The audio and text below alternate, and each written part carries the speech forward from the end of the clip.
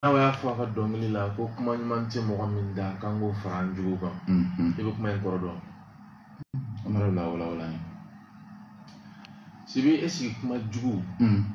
ka jamana kɔnɔ a dɔnnen yɛrɛ dɔn ka fɔ ko nin ye kuma jugu de ye est-ce que o dɔnnen don jamana kɔnɔ? An kɔni bɛ kuma bɛɛ mɛn bi. Mais an tɛ min dɔn. O de an t'a dɔn mun ye kuma jugu de ye. Sibi ni Mali kuma jugu ba dɔn bi a kuma min bɛ ka Mali ti bi i b'a dɔn. Kuma min bɛ ka Mali ti bi. An bilasira. Ko ka Mali la ko ka jamana la gosi. Ka jamana la gosi. Minnu b'a fɔ. E ka jate la u bɛ k'a fɔ kɔrɔ jumɛn de b'a la? Ka jamana la gosi kɔrɔ ye jumɛn? Min ye kɔlɔsili la ni fɔtaw la ka caya o ye k'a fɔ ko bi baara minnu bɛ ka kɛ jamana kɔnɔ maa min bɛ wuli walima maa minnu bɛ k'o baara kɛ ka wuli k'a fɔ k'i bɛ dɔ fɔ olu ka o baara kɛcogoya ma o ko ye k'i bɛ ka jamana de lagosi. I tiɲɛ nkalon dɛ. Nin kuma bɛ maa caman da dɛ. Nkalonfin a bɛ fɔ yɔrɔ o yɔrɔ Mali kɔnɔ yan ko ka jamana la gosi o ye maa min bɔra ko sonyɛni bɛ sen na bingali bɛ sen na namara bɛ sen na kiiri tɛ yen kungo banna minɔgɔ banna a bɛ fɔ o de ko bɛ ka faso la gosi. O de ye tiɲɛ. Ka mɔgɔ jamana fana to kɛlɛ la ni balance. A ye kuma t'o yɔrɔ fɔ n bɛ fɛ ka f'i ɲɛna de kɔrɔ min b'a la o de ye nin ye. N'i y'a mɛn dɔrɔn a kɔrɔ bɛ tali kɛ. A kɔrɔ ye nin dɔrɔn de. Parce que kiiri caman kɛra an ɲɛna. Kiiri caman kɛra an ɲɛna dɛ. Caman b'a sigilen to Yirisuma de kɔrɔ a tɛ k'olu ɲɛna. Foyi tɛ f'olu ɲɛna ye olu sigilen do Yirisuma kɔrɔ dɔrɔn n t'a dɔn fɛn dɔ minɛna yen n tɛ fɛn minnu si dɔn yɛrɛ bilen fɛn bɛɛ b'a la sa ka jamana ci u ɲɔgɔn jamana cilaw tɛ k'u to Yirisuma la a tɛ k'u ɲɛna u t'a ɲɛɲini ti foyi kalama jamana Sibi n'i jɔra baara la Mali la i b'a dɔn fɛn fasugu min i b'a dɔn fɛn min bɛna jɛ i ɲɛkɔrɔ o ye ko est-ce que e tɛ ka kiiri de ko parce que k'i y'a kɛ jamana ye o de bɛ jɔ i ɲɛkɔrɔ. O de kama Bumabel bɔra ka laseli dɔ kɛ mɔgɔ caman bɛ yen nɔ olu tɛ se k'a faamu parce que ils n'ont pas vécu ils n'ont foyi vécu a la u t'a dɔn min don a la. N'anw minɛlen anw ɲininkara de ko anw ye jɔn ye de ko yɛrɛwolo ko tɔn jumɛn de don o récépissé b'a la. I bɛ ɲininka de quoi ko e faso ko e bɛ faso dɛmɛ jɔn y'i bila la e b'a fɔ k'i bɛ fanga dɛmɛ jɔn y'i bila la n ko ɲininkali de bɛ kɛ jɔn y'i bila la. O de y'a to i y'a daminɛ k'a fɔ ko n'i jɔra ɲininkali min na i yɛrɛ dusukun na o de ye est-ce que i tɛna kiiri de ye. Awɔ i yɛrɛ bɛ nin la i bɛ ka kiiri de ye a bɛ n'a fɔ i b'a santi ko est-ce que ne tɛ ka kiiri de parce que ne ko ko faso wa. I b'o de o de bɛ n'i kun na quoi. Nous l'avons vécu. An tun b'a kɔnɔ. C'est pourquoi ne y'a f'i ɲɛna i ka jamana in den fanba bɛ fɛn bɛɛ dɔn fana bɔr'o kan ka min dɔn o de kama kɛta de bɛ gɛlɛya quoi parce que c'est la connaissance qui conduit à l'action. Ni Ala ka kumaw de ye. Sibi o siratigɛ la jigiya min b'an ye Mali ko la bi komi n y'o fɔ malidenw ye ka tɛmɛ o ye malidenw ka wulikajɔ dɔrɔn de ye ni malidenw salayar'o la diɲɛ don o don u bɛ wuli ka bɔ sunɔgɔ la a bɛ kɛ n'a fɔ fɛn o fɛn kɛra kama kɛ ne d'o f'i ye. Sinsinna nin kuma kan dɛ ko jamana kɔnɔdenw ka wulikajɔ jamana kɔnɔ wagati bɛɛ bɛ taa ni ka segin kɛ nin kuma kelen kan. Sibi i b'a dɔn lɔngo min b'anw na sisan jamana ko la a lɔngo bɛ tali kɛ n'a fɔ san kɛmɛ caman walima fo san 1000 ni kɔ o ɲinini o lɔngo de b'an na o de kama a bɛ gɛlɛya i ka fɛn fɔ walima i ka fɛn kɛ Mali ko la bi ko ne b'a ye k'i bɛ ka kura de kɛ a ka gɛlɛn dɛ walima a bɛ gɛlɛya ko e sigi ka fɛn kɛ Mali ko la ko min bɛ ne wasa quoi parce que ne bolo c'est comme si ça fait mon kera bi maliko la nam se ka disi ko shina ono kungo mo ko das no nga ndamo do mo baraka donc ni ma mi bolo ko jien bolo ko ne bo mbiri chukoti e kon ba America foko otigi so la mata tu comment ça donc on différencier les gars ni mo wonyo c'est bien a fo mal dinga ke mal fait ko de ba ki dinga ke mal fait ko de mal dinga rek kisi ko mal rek kisi la ga jamana rek kisi c'est bien qu'on a marqué jamana en fait ameke jonye jien mo ko klangana c'est bien nous refier il me fin ka ke jamana kono politique do redo wa do de ba tuno bo ko na be ke fere do redo wa tuno fana be bo do de fana la ska ni kurantaya c'est une politique ouais politique do redo ma do ma toro do be bolo de la ni krimtaya politique do redo ni sorontaya politique do redo ni senet de selenga ke politique do redo ni bagamara gelale politique do redo ni lakana balya sabatile politique do redo ni lakana sabatile politique do redo ouais il veut fin jamana kono c'est une politique wa ma do fana ba to no bodla do re ga to no bo do re ga ke do re ga to no bo le do fi o de gama kana jamana ko foye mine tala rien ne se fait au hasard dans un état sur le plan politique c'est pas vrai tout ce qui se passe en politique a été bel et bien programmé kana si la dière comme on a bon ya se ko waraga fikata o politique fere tigɛ bɔ min k'olu ye walima i mago bɛ ka politique de fere tigɛra cogo min na k'o de faamu f'i k'a dɔn fɔlɔ ko fɛɛrɛ dɔ de don n'i y'a dɔn ko fɛɛrɛ dɔ a bɛ ka tiɲɛni min s'a ma i b'o dɔn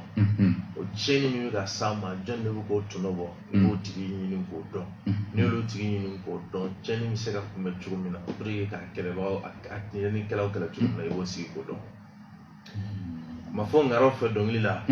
ko an tɛgɛnin filɛ ko fɛn tɛ n bolo wa o ye bi pour kɛra Adama Kulubali ale ko maa si bila k'i ka faso dɛmɛ banda sila ya fɔti bi kuma minnu bɛ ka fɔ n'o ye faso dɛmɛbagaw ou faso cɛsiribagaw ko tɔɔrɔ bɛ ka sigi k'olu kan a dɔ la ale bɛ kuma in danbe ka taa peut-être ale ma bi parce que a bɛ ye ko ale ka mɔgɔ minɛta de ka ca i n'a fɔ olu siraw fɛ an bɛ se ka bisikiya non mais pour que k'a faamu ko non ni bɛ Mali kɔnɔ a bɛ san caman bɔ ka taa sɔrɔ nin boli ma sigi yɛrɛ ka taa sɔrɔ ale ma taa ekɔli la o kura tɛ min dara Modibo Keyita ninnu kan o y'a sɔrɔ ale bɛ ekɔli la année 60 o y'a sɔrɔ ale tɛ ekɔli la fɔlɔ mais donc ale kana kɛ i n'a fɔ ko kura don ko kura tɛ a ɲɛsinnen tɛ ale ma yɛrɛ awɔ Boniface Diarra alors que pour réussir dans ce pays il faut être au plus haut sommet de l'incompétence de la malhonnêteté et de l'irresponsabilité. Honorable, incompétence, malhonnêteté et l'irresponsabilité. Yassa ika nyesoro nimba mali kola.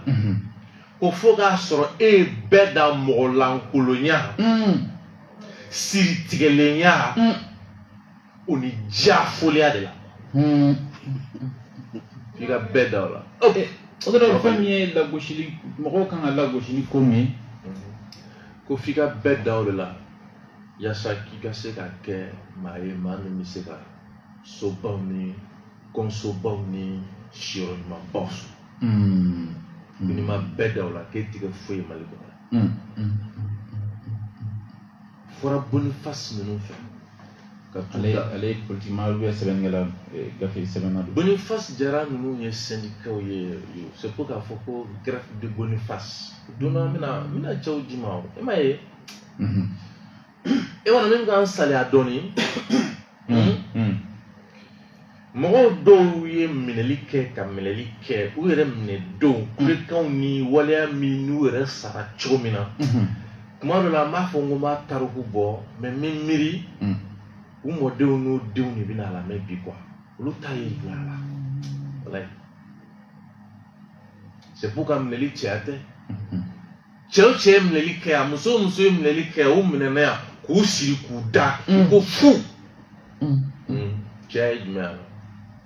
ɲɔgɔn mago sani faso ci kɔ bi an b'an disi gosi ni minɛli kɛra papa minɛli jumɛn a minɛli kɛra bɛɛ sirila yan i ko sɛ fɛn bɛɛ n'a la cɛ minɛli ye mun ye maaw kan ka nin dɔ fɔ maaw kan ka ninnu dɔn yaasa an ka souvent ni ye miiri parce que a dɔw somɔgɔw c'est à dire que a dɔw c'est à dire souvent mi miiri quoi mais a dɔw bɛ ɲɛfɔ an bɛ se k'a dɔw ɲɛfɔ wallahi Sibi malden ka kɛ Mali fɛ sa mais Sibi malden mana fɔ k'a bɛ Mali fɛ e k'i jɔ dɔrɔn gɛlɛya dɔ ka bɔ k'a jɔ ni Mali cɛ a bɛ Mali bila ka jigin fɛn bɛɛ n'a la cɛ k'a yɛrɛ kun ye kana ɲɛ sigi a la fewu diɲɛ kɔnɔ tɛ foyi fɛ a tɛ pa baga dɔ ma a tɛ t'a fɛ on a est-ce que fana ma yɔrɔ dɔ fɛ mɔgɔ tɛ se k'a fɔ ko u jo don parce que cɛ n t'a fɛ sa maa minnu kɛra Mali ma ye min ye ne m'a fɔ ko jɔ t'a la n t'a fɛ de n'o kɛra jo min ye i t'a fɛ n t'a fɛ dɛ donc hali n'a bilenna i jɔlen bɛ to n'a ye de n bɛna min f'i ye a tɛ bilen Mali tɛ n ko a bilen bɛ bilen de da la e bɛ boli ka taa yɔrɔ jumɛn n'i bɛ ka boli i yɛrɛ nkalon de ɲɛ mais Mali ye mun ye ji tɛ ka dugu ci la Mali de ci la dugu de bɛ ka ci kɛlɛ bɛ tɛ ka dugu ci la Mali de ci la o dugu de bɛ ka ci kɛlɛ bɛ tɛ ka cɛmaninw ni ta Mali de ci la Mali ka mun de b'a la n ko Mali ye tɔgɔ de ye n ko Mali ye dugukolo de ye n k'a b'anw min kɔfɛla e bolila mun ɲɛ n'a y'i diya a ye Mali kelen mɔgɔ bɛ tila k'i minɛ k'i datugu k'i don kaburu dingɛ kɔnɔ bɔ a la pewu n ko Mali ye tɔgɔ de ye jɔyɔrɔ dɔ de dugukolo dɔ de don ani Faransi dugukolo in bɛɛ ye kelen ani Ameriki dugukolo in bɛɛ ye kelen anw bɛnna yɔrɔ min ma anw de wele ko Mali Mali ye Mali n'i y'a mɛn ko Mali diɲɛ de don mais anw bɛnna sigiyɔrɔ min anw de wele ko Mali e bɛ se ka Mali bila ko i bɛ k'i yɛrɛ de bila ye o t'o de ɲɛdɔn ka firiya don Mali ti bila i bɛ bila cogo de Mali ye mun ye ko Mali diɲɛ de n ko diɲɛ de don e bɛ ka min f'i ɲɛna c'est à dire que Ameriki bɛ yɔrɔ min na dugukolo min kan Mali b'o dugukolo kelen de kan Faransi b'o dugukolo kelen de kan anw ye yɔrɔ min sɔrɔ k'an sigi anw de wele ko Mali sinon e bɛ Mali bila e ye Mali bila o kɔrɔ ye jumɛn kɔrɔ de b'o la donc a bɛ yɔrɔ min na n'o y'a dogo tu ye dɛ a bɛ taa to o de la dɛ ka taa to a ka bugu la ka taa to a ka suman na ka taa to a ka digiɲɛ la ka boli k'a b'a yɛrɛ ɲini quoi i yɛrɛ ɲini la ni kɔngɔ m'i fa voilà o de don ni tile bɔra tile b'i fa mais fo a ka fɔ den ɲɛni ye c'est une façon de se réconcilier avec sa conscience parce que ne nin ma f'i ye e t'a dɔn k'a bɛ tan quoi Sibi an ka musokɔrɔba n'o ye Fatumata Koyita a bɛ Yomali Kiyama ala ka kaburu dali nɔgɔya ye tarata nata o bɛ bɛn a ka fatuli san 1 de ma Sibi diɲɛ ka teli sira t'o la an musokɔrɔba min fatura k'an to kaso la a ka fatuli san 1 bɛ bɛn tarata nata de ma san 1 Sibi kuma caman i b'a bɛ mɔgɔw da ko an ka k'an ta ye quoi ne bɛ yɛrɛ ɲininka kiriko minnu b'an ka jamana kɔnɔ yan quoi an ta ye jumɛn ye a kiriko la quoi an ka mɔgɔninfinya taabolo jumɛn de b'a kiriko nin kɔnɔ an ka mɔgɔninfinya faamu jumɛn b'a kiriko kɔnɔ quoi ne bɛ n sigi ka kiriko lajɛ ka taa kasobo lajɛ ka taa sisan i ta boli quoi ne bɛ n sigi k'a miiri n ko an ka mɔgɔninfinya taabolo jumɛn bɛ ka boli kɔnɔ wa i tɛ min dɔn musow de tɛ boli yan ni denmisɛnninw wa o y'o de fɔ mais boli ɲɔgɔnna si wɛrɛ tɛ Mali fan wɛrɛ fɛ koyi awɔ mɛ o ye nin boli ka créer ay muso ni cɛw bɛɛ tun bɛ MCA de la o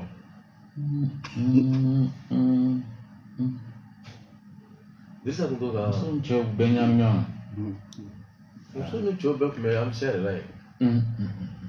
wa Mali ye région tɔ la c'est comme ça donc à part boli min bɛ Bamakɔ yan a banna ba foyi si fɛ k'a fɔ ko muso nana ba baga i bɛ taa cɛw bɛ taa kaso bonba min na i bɛ taa yen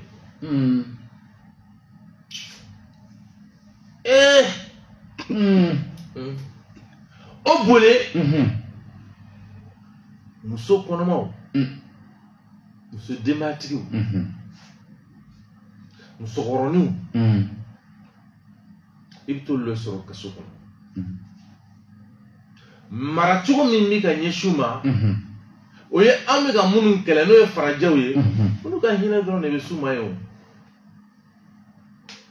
o ni farafin kelen kelenninw n'o tɛ bɛɛ somɔgɔw bɛ ka taa kaso la dɛ wa a bɛ jamanaden fanba ɲɛna k'a fɔ ko minnu bɛ kaso la k'olu bɛɛ ye tiɲɛnikɛlaw de ye e bɛ se ka faamu cogo di ko hakili est-ce que anw ka hakili kɔnɔ cogo di olu de bɛ maa caman kunna dɛ n'i taara kaso la dɔrɔn ko ayi o bɛ kɛ sɔrɔ bɛɛ somɔgɔw bɛ yen wa bɛɛ kan bɛ ko bin kɛra somɔgɔw fana kan mais bɛɛ bɛ ka miiri fana ko minnu bɛ yen k'olu bɛɛ ye tiɲɛnikɛlaw de ye donc an b'u to tɔɲɔ ni jigiba ni jigi wɔɔrɔ bolo mais wagati kelen farajɛw de ka dɛmɛ bɛ se a dɔw ma yen farajɛw ka dɛmɛ o nana ni kuma in segin o filanan farajɛw ka dɛmɛ a sugu jɔn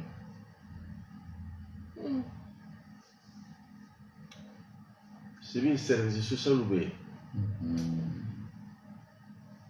n'i taara nin yɔrɔ ninnu na i bɛ denmisɛnnin fitininw dɔ mankan mɛn a ye nɛgɛ kɛ n na parce que ale b'a ye nɛgɛ bɛ ka k'ale ba la ale bolo ko o de wolola yen de o fo ka se kuma la k'a to yen donc ale b'a ye nɛgɛ bɛ k'ale ba la kuma bɛɛ ale bolo ko nɛgɛ ye saga wuli donc ale bɛ nɛgɛ in ye ale bolo fana ye fiɲɛ ye baara ye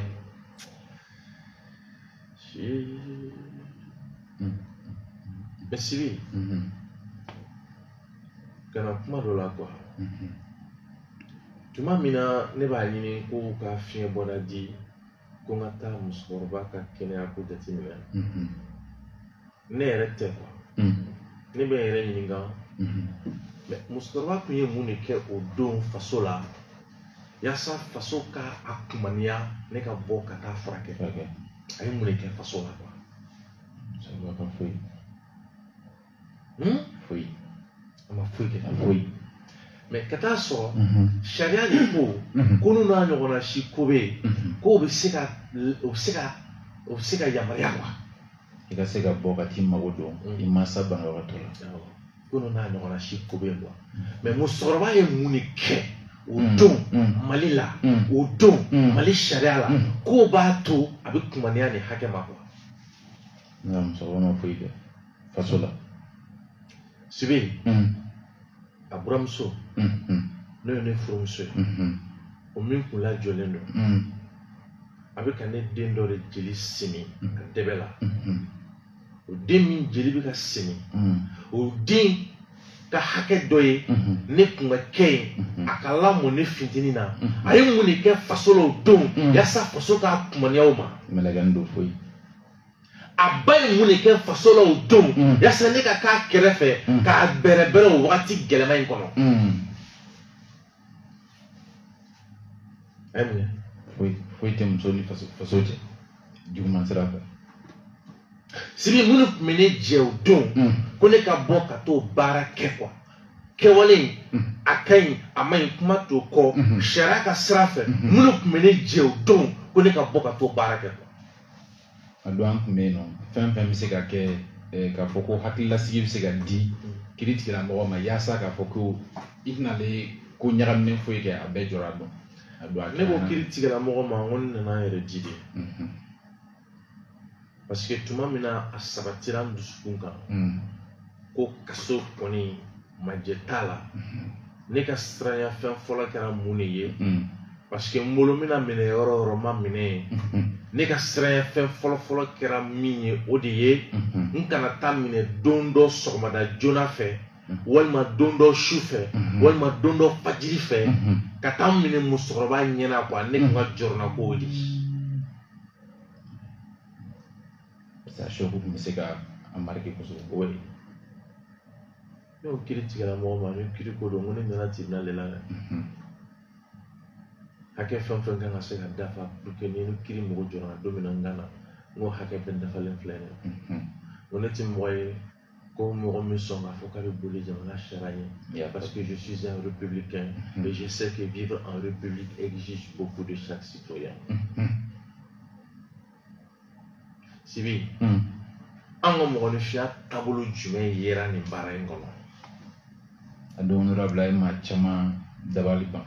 maa caman ɲɛji bɔ a don ka sababuya kɛ u y'a ye fɛn min fɔra laɲini min kɛra kun min fɔra k'a kun b'a kun bɔ a don. Mais est-ce que a dɔnnen don anw yɛrɛ ka faamu na ko nin ye sariya de ye wa est-ce que o yɛrɛ dɔnnen don anw fɛ yan ko sariya de b'a la dan wa est-ce que o yɛrɛ dɔnnen don wa. N'i ye lakɔlɔsili kɛ o ma dɔn lakɔlɔsili bolo ma. Ani bi b'a yɛrɛ ko an ma tila. A b'a olu k'an lajɛ Facebook kan. Sibi.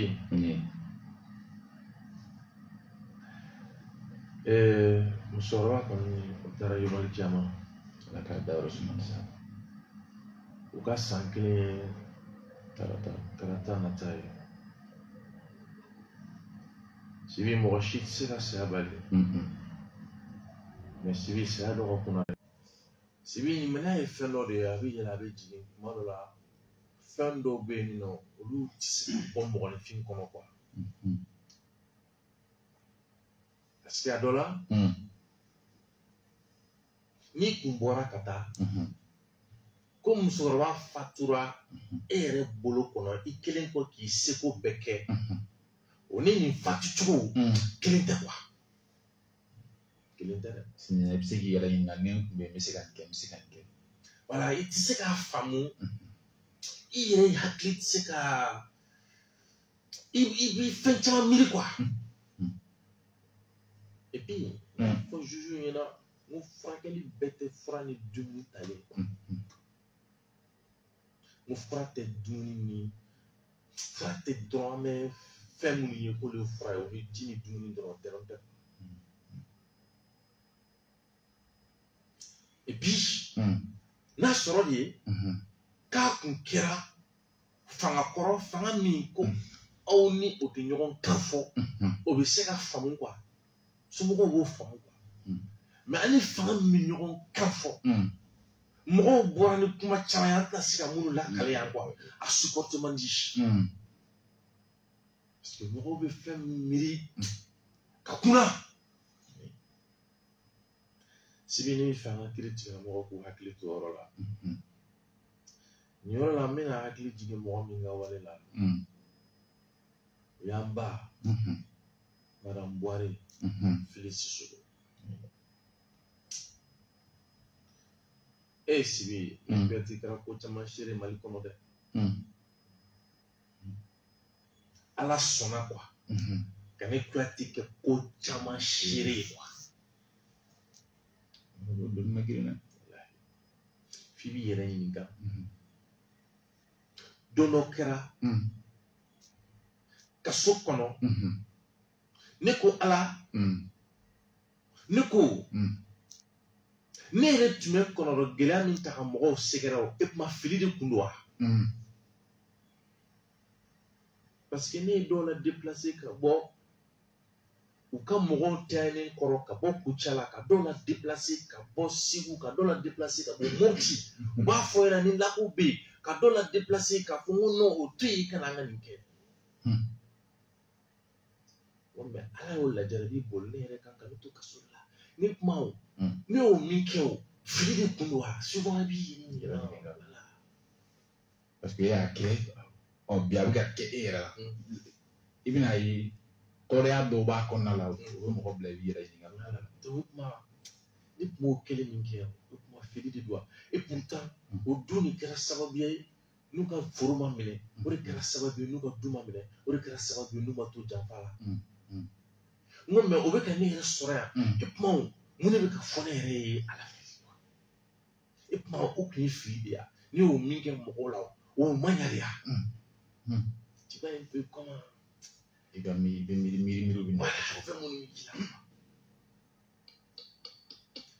Madame Boy Felicissimo,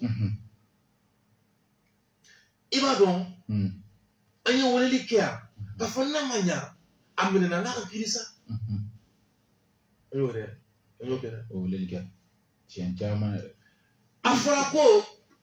musaka ka saraya saka kana bla yan kiri kunje. Apa musaka ka bolo? Mo kulela, amuna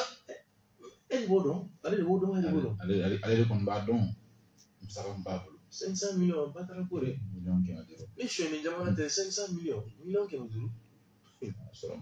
Apa mani na. Ah, de washi. Da 500 millions bola. Pas tra kore. Ni shoni te. Awo kata bolo. Mune asara bi olu te berala. Ku prise de corps. La fa jumela. Alors ni chibi bolo parce que mali kasoko kerawde. Kaso tumunte. Kaso kasate. Kaso shioro jugute. C'est-à-dire kaso ajino minte. C'est-à-dire kaso akuruninte quoi. Mais kaso ye muni abika dudichi qui ka baraka wara halaki. Ka bana jugu. Oni fe wara bangi te fe munu shidon quoi. Kaso tieni no mani kabola de.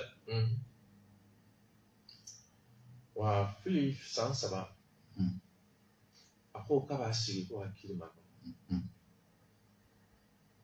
Femi ma nina, femi ma la le ka fa do na ka to yani. Sigero nun kini, abe minga mo la de ba. Ka bo ministra la dron, ka ti restaurant ko. Mais ngo ebe ni ka kunyu mena. Mais quoi adium? Ara kabla sumo. Parce que quand ni maboy,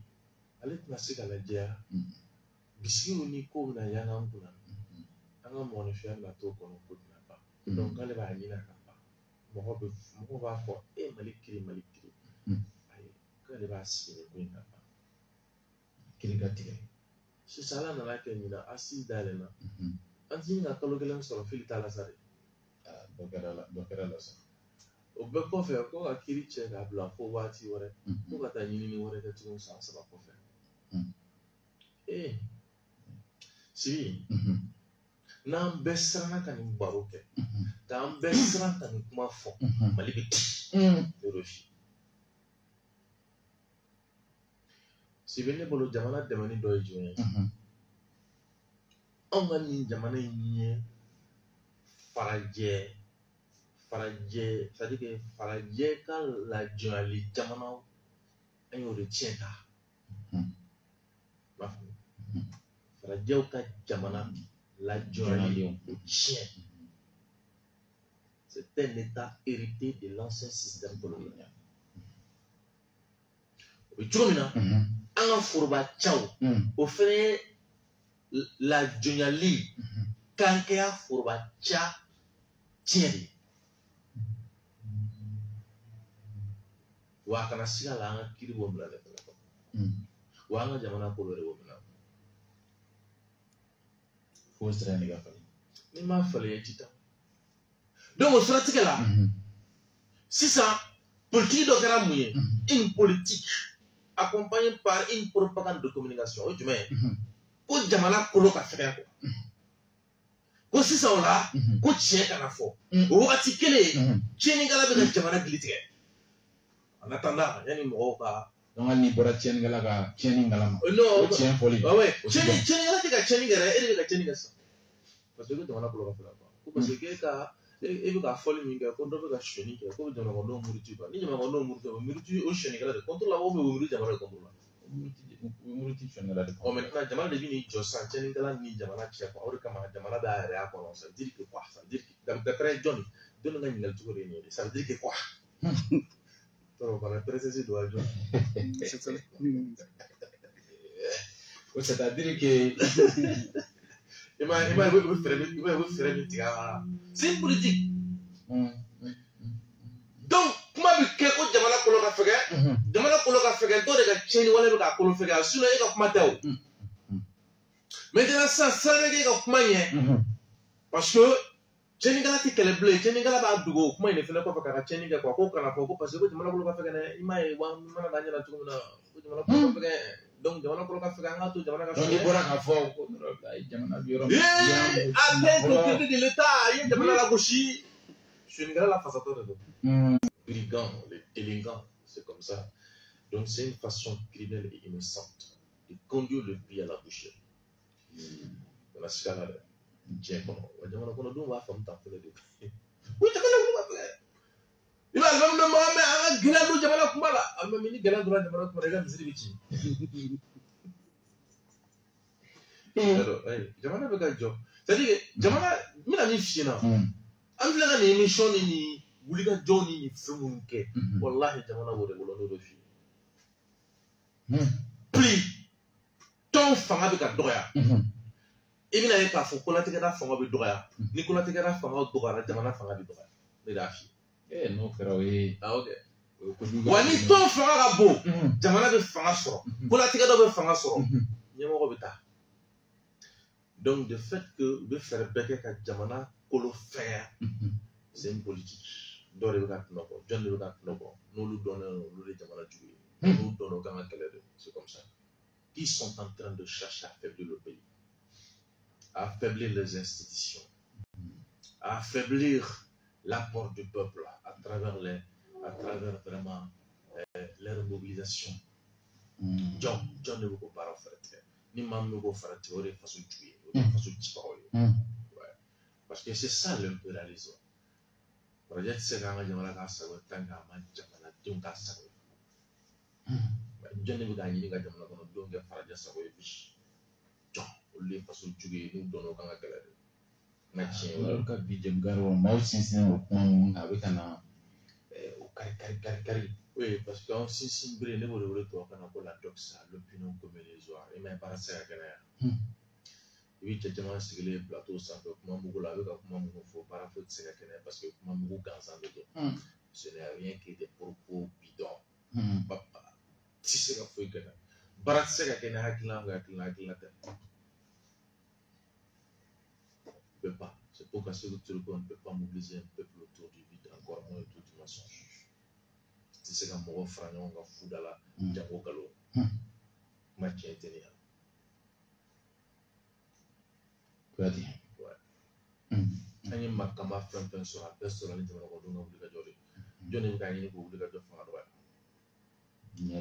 Ne olu ka jɔ fanga dɔwɛrɛ kana se ka la kolatigɛ daw mais mali kolatigɛ daw ma t'u dɔ kolatigɛ daw dɔ ma t'u kafa karamɔgɔ dɔ la ko nin bɛ n bolo cɛ a ko ka ca n'i y'a kuma fɔ a bɛ kɛ tan ko karamɔgɔ fanga ye jumɛn ye kɔlɔsi tɛ koyi a lamɛnni min ni jama b'a kɔ tɛ mais n'o karamɔgɔ tɛ se k'ale sɔnna dɔn donc ale fana b'o to yen donc de fait que jama ti k'i ka ko kɔrɔta i bɛ fanga bɛ dɔgɔya jamana fanga bɛ dɔgɔya jamana bɛ ci ta de fɛn ne fɔ chaque attaque ko ne fɔ bi jamana dili tigɛ ta de minnu b'u ko baara kɛ olu de faso jugu ye n'u dɔnna kan ka kɛlɛ de ma tiɲɛ o wa u bugulen don dibi la ka kojugu kɛ wa ils sont tapis dans l'ombre c'est eux qui sont derrière tous ces complots contre l'État. C'est une politique. Ni kɛlɛ sera olu ka face ma wagati o wagati n'a ci kɛlɛ bɛ se ka bɔnɛ de don. Sibi. Honorable. Sibi. Yala an ka taa yɔrɔ jan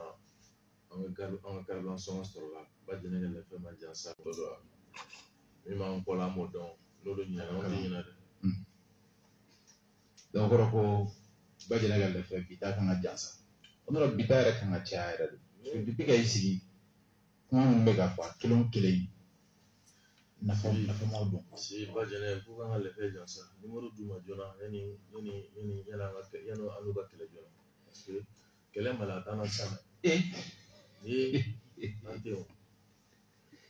Kɛlɛ mali a fana tɛ sisan. Mais n ka jalo kɛ sigilen filɛ nin ye a bɛ se ka dɔgɔkun joli bɔ dɔrɔmɛ kelen tɛ n'a cɛ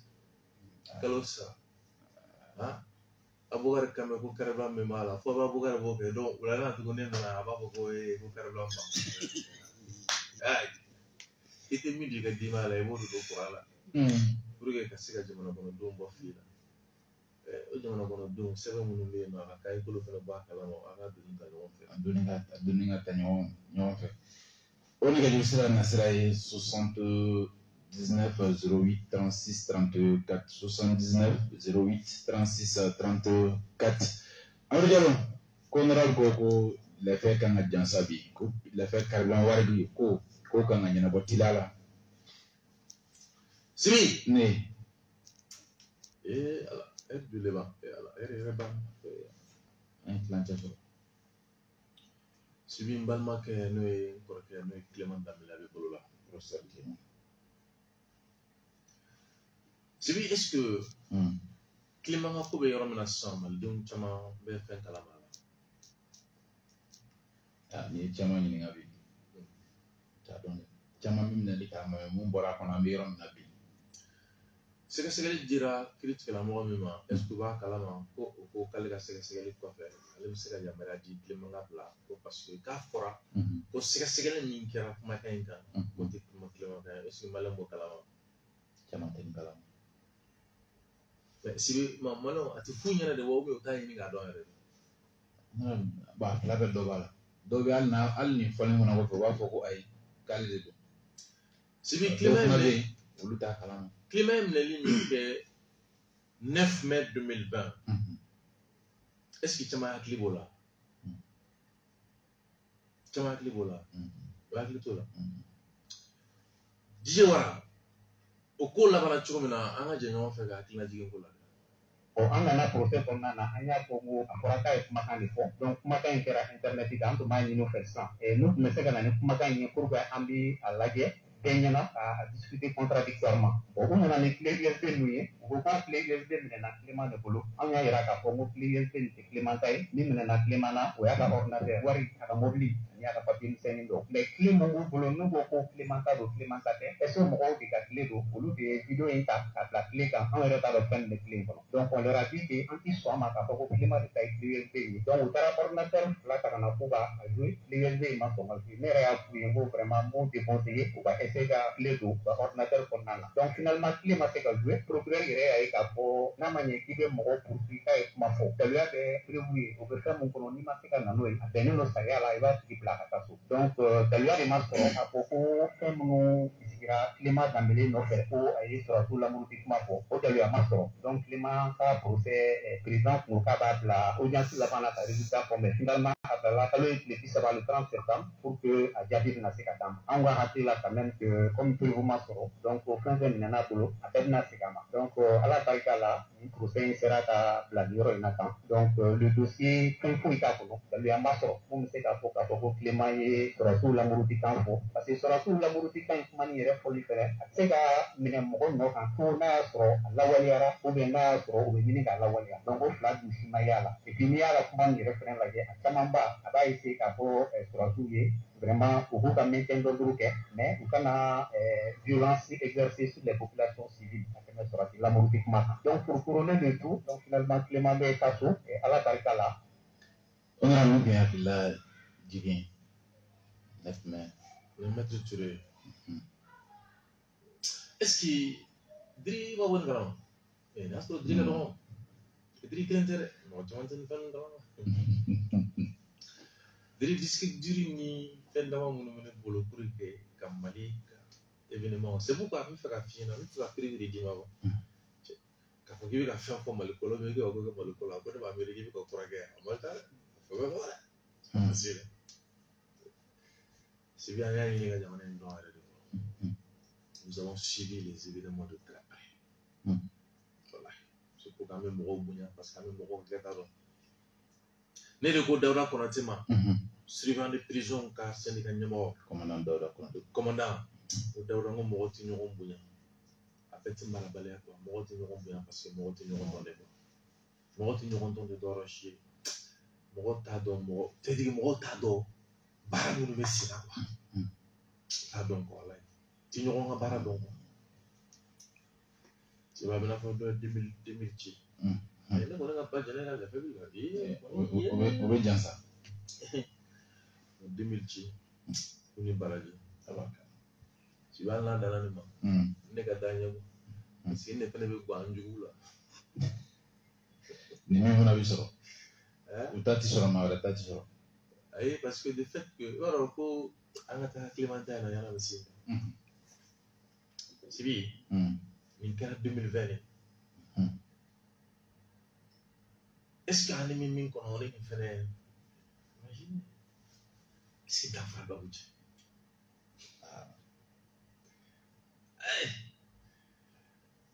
avant Dieu ne veut qu'un bête qui te profite de tout ça qu'est-ce qui se passe on est là min ye sɛgɛsɛgɛli kɛ kiri bolo ma ko qualité o ka kan ka se ka kanabila sɔrɔ a tɛ a kan ka kanabila an ka ta bɛ bolo la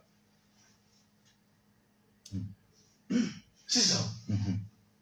an ka réforme judiciaire la normalement Clément minɛna minɛ cogo min na procureur de y'a minɛ k'a di dɔ ma ko ka sɛgɛsɛgɛli kɛ min bɛ se ka sɛgɛsɛgɛli kuntala jɛ o bɛ tila ka baara la procureur bɛ se k'a fɔ ko non k'i tɛ bila tugun quoi mais est ce que an t'o bɔ a la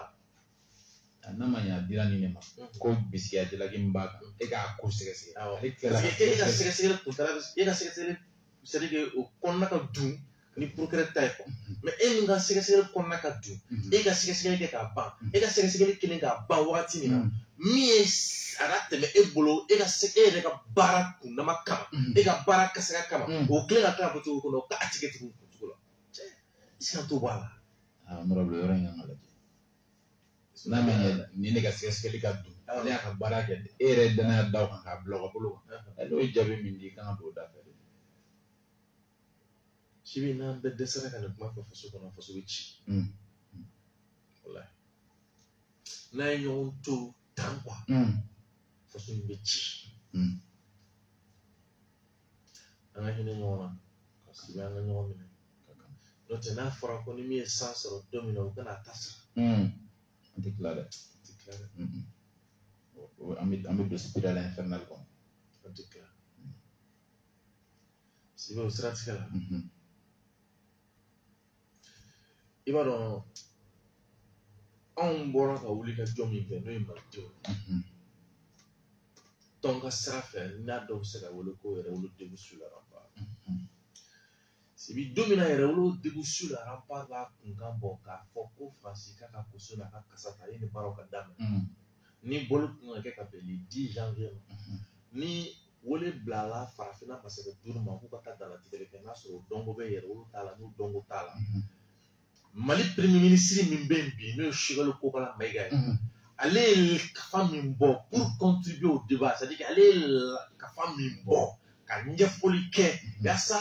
faamaw n'o y'an ka jamana ɲɛmɔgɔ ye o ni Faransi diɲɛmɔgɔ k'a faamu fɛn bɛɛ sen na o kafa de filɛ nin ye Sibi an bɛna sigi k'a kan la faille de l'état malien an bɛna sigi k'a kan quoi Sibi i b'a dɔn ni kɛlɛ baden kɛra kɛlɛ in kɔnɔ anw maliyɛnw farafin c'est à dire que farafinna bɛɛ mɔgɔ tɛ yen kulu tɛ yen baarakɛla tɛ yen baarakɛkulu tɛ yen fanga tɛ yen jamana tɛ yen ko min ye kɛlɛ in archivé ko min ye hakili jagabɔ k'a kan ka fara an ka lɔngow kan quoi tɛ yen mais farajɛw ye sɛbɛnni caman k'a kan dɛ Sibi u yɛrɛ mun kɛlɛ bɛ ka ta ka ɲɛsin olu yɛrɛ ma olu de y'u sigi ka sɛbɛn kɛ ka archiver ka fɛnw ka ɲɛfɔli k'a la tɛmɛna sira minnu fɛ olu ka fili kɛra mun ye minnu sera k'u kɛlɛ olu ka fanga kɛra mun ye u tɛmɛna sira min fɛ olu de y'u sigi k'o bɛɛ sɛnsɛn k'o baara kɛ k'o da anw ma archiver anw bɛ ten dɔrɔn quoi c'est à dire anw ka vie bɛ gafe belebeleba de nin awɔ gafe belebeleba ma tile min bɛɛ kalan Sibi nin bɛɛ bɛ kalan k'a ban su kelen ka segin k'a kalan tugun ka tila ka segin k'a kalan a kalan o kalan i bɛna ye k'a fɔ ko ne ye n diya bɔkari ma kɔni a bɛ kɛ soparan a ti kalan Sibi o siratigɛ la ka fɛɛrɛ di an yɛrɛ ma yaasa kɛlɛ min kɛra komi anw ka jamana kɔnɔ laseli fanga de ka bon n'o ye l'oralité o de fanga ka bon yanni sɛbɛnni dɔw kɛra parce que b'a jateminɛ kɛ i m'a ye nin ye yiriba kɔrɔla ka kafaw de ye ni kafaw kumakanw an bɛna u lamɛn a ti mɛn ni kafaw kumakanw de labɔra pour que jamanaden minnu bɛ se ka an dɛmɛ kɔ kan panafricains na maa wɛrɛw la olu ka se ka kibaruya jɛlen sɔrɔ an ka jamana kunkanko la o de ye dɛmɛ nɔgɔya ye ni kafaw ni nɔ kan ni laseli lu nɔ kan ne b'a f'i ɲɛna an bɛ minɛ wagati min na ko Bruxelles tun ye wele bila ko yɛrɛ wolo délégation dɔ ka taa Bruxelles parce que jateminɛ nana kɛ mun ye n'i bɛ fɛ ka Mali yɛrɛ ka kunkaw dɔn Mali lakodɔn ka malidenw ka laɲini dɔn i bɛ se ka se kolo min ma k'o bɛ se ka kuma sanuman d'i ma ka baara kɛ ni min ye k'o yɛrɛ wele dɔ ye a wolo kun ye ka taa diɲɛ fɛ o dɔrɔn de don sinon suya tɛ ministre tɛ député tɛ u ti foyi kalama jamana u ti foyi jɔyɔrɔ foyi la donc an bɛ n'o baara de kɛ kalo kura in tile 3 novembre 3 novembre dimanche radio RFM na don in tɔgɔ de bɛna da ko journée porte ouverte yɛrɛ wolo début sur la baara a bɛna kɛ kulu min fɛ yiriba kɔrɔ dugutigibulo faut que ça change ni hakilila ye jumɛn ye ne y'o de fɔ malidenw ye a bɛ jamana faamu tan de quoi jamana bɛ n'a fɔ sisan radio RFM ouais donc radio RFM jamanadenw farala ɲɔgɔn kan k'u kɛ kulu ye tɔnw de da fɛ tɔn de kɔnɔ tɔn minnu bɛ wele yiriba kɔrɔ dugutigibulo faut que ça change donc aw de bɛ ɲinini kɛ fɛn o fɛn min bɛ radio RFM kan o ye i n'a fɔ aw yɛrɛ ka miirinaw ni aw ka laɲiniw ni aw ka seko n'a ka dɔnko de bɛ ye o sanfɛ a cogo la quoi jamana o de un instrument technique pour le respect du choix du peuple et l'application de ses décisions. Donc, o de kama k'a ye o ye cogo la k'o faamu cogo ma k'o ladɔkɛ an na an ka c'est-à-dire que kalan dɔ de don min bɛ ka kɛ i yɛrɛ b'a faamu quoi o labaara cogo la a bɛ ɲini an bɛ fɛn o fɛn kɛ ni u kɛlen don ka yɛrɛ fɛn min kɛ jamana ye olu k'u bolo don o kun ka a la ɲɛnɛmaya an bɛ dege a la tan de kɛlɛ tɛ jɔ quoi.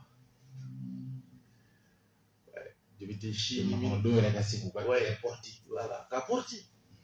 an ka taa yɛrɛ souveraineté oui non de ko don ni m'a ye parce que i tɛ sigi yan k'i bɛna ministre dɔ ta fɔ ou bien k'i bɛna député dɔ ta fɔ ou bien quoi non aw yɛrɛ b'aw yɛrɛ ye ko minnu kɔnɔ a filɛ dɔ ka dɔrɔmɛ b'a la dɔ ka duuru b'a la dɔ ka tan b'a la dɔ ka mugan b'a la dɔ ka kɛmɛ b'a la dɔ ka c'est comme ça c'est ça la souveraineté mais kɛlɛ tɛ jɔ wa tɛ siran dɛ. Donc, si vous avez des mecs, on essaye de faire la fin. Des mecs qui ont 79 08 36 34 79 08 36 34. Le 3 novembre, c'est une journée porte ouverte. Il y a le début sur la rempart. Il faut que ça change. Oui, demain, il y a ça. Si vous avez que Florana, Dora, que Menal, tabarkala on ni ce ma filabila sabadogo ale de dara ale ka fɛn dɔ bɛ ale ta ye jumɛn la santo de ale kɔni ko ba jɛnɛ ka fɛn jansa n'a ye fɛn message yɛrɛ bɛ ka na cogo min na nin ok o jate don feereke t'a la tabarkala ko ni ce sibi donc ko an bɛ fɛ le 3 diɲɛ mɔgɔ k'a faamu ko malidenw yɛrɛ y'a faamu u ye kɛlɛ in kɛ cogo min na quoi jamana in denjugu k'a dɔn ko kɛlɛ in ko jamanadenw y'a faamu an bɛ fɛ a dɔn n'an ma dɛsɛ radio caman ani kunnafonidila caman ka kɛ kɛnɛ kan n'an ma dɛsɛ an bɛ fɛ ka wele bila kunnafonidila damadɔ ma olu ni maa damadɔ minnu bɛna kumaw ta seereya bolo ma numéro bɛna di mɔgɔw ma u bɛ se k'u ka sɛbɛnniw o n'u ka kumakanw n'u b'a kɛ u k'a kɛ kumakan basigilen min ni tagasigi caman t'a la o n'i b'a kɛ yɔrɔ la yɔrɔ min fana ni mankan wɛrɛ t'a kɔnɔ parce que a dabɔlen don archivage dɔ de kama a dabɔlen don dɔnniya dɔ c'est comme n'a fɔ an ye drapeau don min na an ye exposition k'a kan de 5 septembre 2020 a kɛra maison africaine de la photographie là a kumakanw bɛ yen a sanumanw don dɔ an bɛna a di u ka pase arajo la kuma minnu fɔra a kɔnɔ a don kuma minnu tun bɛ ka fɔ k'o la ɲɛnɛmayara cogo min na dusukun kɔnɔ quoi mɔgɔw k'a dɔn ko n'i ka jamana b'i dusukun kɔnɔ jamana wɛrɛ b'i bonya o drapeau ko ta sira fɛ Amadu an hakili lajiginɛ drapeau ko in ta sira fɛ a nana cogo min na an hakili lajiginɛ Amadu choix c'est-à-dire k'i ka choix bila baara la i ka an ka segin ka taa kɔfɛ quoi. Exposer des photos. Thème Djandjan, couleur du Mali. Le Mali, une vaste terre ayant connu une très grande civilisation depuis des siècles, traverse aujourd'hui le véritable calvaire de son histoire. Déjà fragilisé par la corruption, la gabégie, le népotisme et un civisme gravissant, le printemps arabe ouvrit des brèches charriant la criminalité transnationale vers notre pays dont l'existence est menacée. Pourtant, après les dures épreuves de la colonisation, un vent nouveau avait aéré nos espoirs. L'espérance d'un jour meilleur avait illuminé nos esprits, alors dispensés de raisonner du fait de la domination coloniale pendant des années. La vieille nation retrouvait ainsi le chemin de ses anciennes valeurs. Soudain, tout s'arrêta suite à un deuxième coup d'État contre le régime du président Modibo Keïta. Un coup dur dont les plaies tardent à se refermer. Rappelons que le premier a eu lieu quand il était le président de la Fédération du Mali, lors des événements des 19 et 20 août 1960 à Dakar, d'où l'éclatement de la Fédération. Ainsi, le Mali quitta la communauté française et décida de se prononcer en valeur d'une indépendance totale proclamée le 22 septembre 1960. Le 20 janvier 1961, 4 mois après la proclamation solennelle de l'indépendance de la République du Mali, les députés réunis en séance plénière de l'Assemblée nationale adoptèrent la loi numéro 61-26 qui créa le drapeau national du Mali composé de 3 bandes verticales égales, vert, or, rouge. Ce fut le 5 septembre 1961 qu'il fut monté pour la première fois à la base aérienne à la place de celui de la France. Ce jour vit aussi le départ du dernier soldat français du territoire malien et les premiers commandos parachutistes maliens sautèrent pour la première fois lors d'une cérémonie officielle. Ce drapeau qui incarne toute la constitutionnalité de notre pays et la souveraineté de notre nation est aujourd'hui adressé sous plusieurs angles. Il ne flotte pas sur toute l'étendue du territoire national. Le 17 juillet 2019, il fut traîné dans la boue à Kidal. C'est ainsi que Koura Kabadj est quitté. Une femme très courageuse prit l'initiative d'aller remettre le drapeau au président de la République, Ibrahim Boubacar Keïta, qui malheureusement refusa de le prendre pour le hisser plus haut. En plus de ces formes d'agression, on retrouve sur plusieurs documents officiels les couleurs du Mali mal présentées. Cette exposition sous le Djandjan du Mali vise à restaurer la culture du drapeau comme auparavant. Pour ce faire, nous sommes organisés pour produire ces images illustratives tant positives que négatives sur l'usage bon ou mauvais, négatif ou positif du drapeau. En outre, nous avons jugé nécessaire de faire ressortir en partie l'histoire de la création de notre symbole national. Test,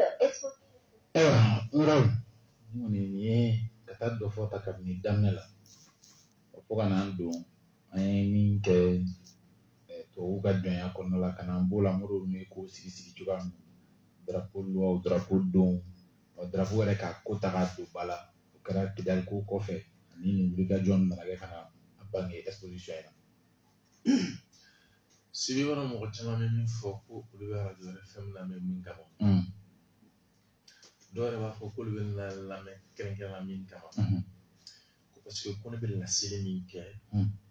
faso ko yɛrɛ k'i bɔ a la dɛ an bɛ wulikajɔ minnu na olu de k'i bɔ a la dɛ k'a bɛ faamu de i yɛrɛ ma i ka ɲɛnamaya yɛrɛ kɔnɔ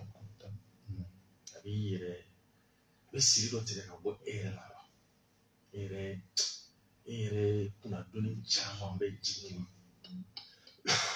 o yɛrɛ de t'i lase kun ye wala lase yɛrɛ kun y'o de o de ka n'i y'a mɛn ko kunnafoni o de bolo quoi. Sibi i ka lajɛ nin bɛ yen o 2020 an ye exposition photo de kɛ n'i b'a kɛ a laada dɔ ye min ye i bɛ sɛbɛnni kɛ k'a kun na cogo ni nafa min b'a la n'i y'o de la Céline d'Asseni, en balance au fait, mais Philippe Louis. Si comment nous sommes là, faire le vacances, ni au cas du mal de moi, comment tu mets. Oui, 600, on perd pour Baraka sur l'éclatement de la fédération de Mali. Comme Mali, les Sénégalais qui me courent pas même comme coach. Mais tiens, coup d'état de grave. Oui, Chili, des quelques coups d'état d'assaut. Ora to 68 da singo no 68 tawolela o coup d'état plana. Talenya fa absorba pour le roof ça va que roof follow kala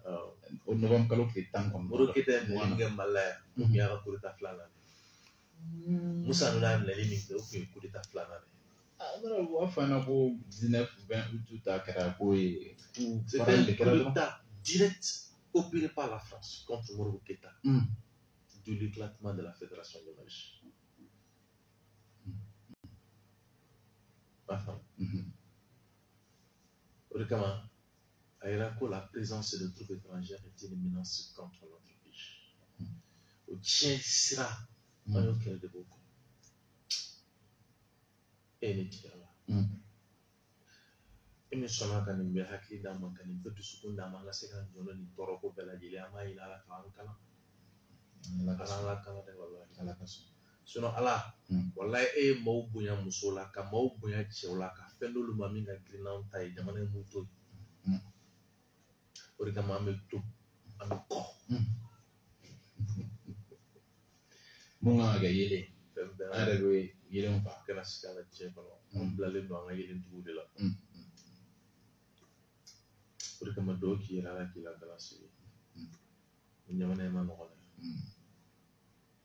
Orika manu mungu be faible do fana boro kanga mi. Si bi juge nyale ni manga jamane ni. Do ki ala ka pani juge en beko. Sera tigara. Comme n'a forcé ça, pour la drapeau ko, au tara ko do bala, faut que la drapeau ko diable mali bekaka. Madame on n'a que. Donc mon kurata ala bikere, machama yela bona ya ko chida. Madame on jamana nyama ya ya ta do bi, be ga kulini drapeau. Madame on. C'est ça une radio citoyenne. Radio kana sekandik.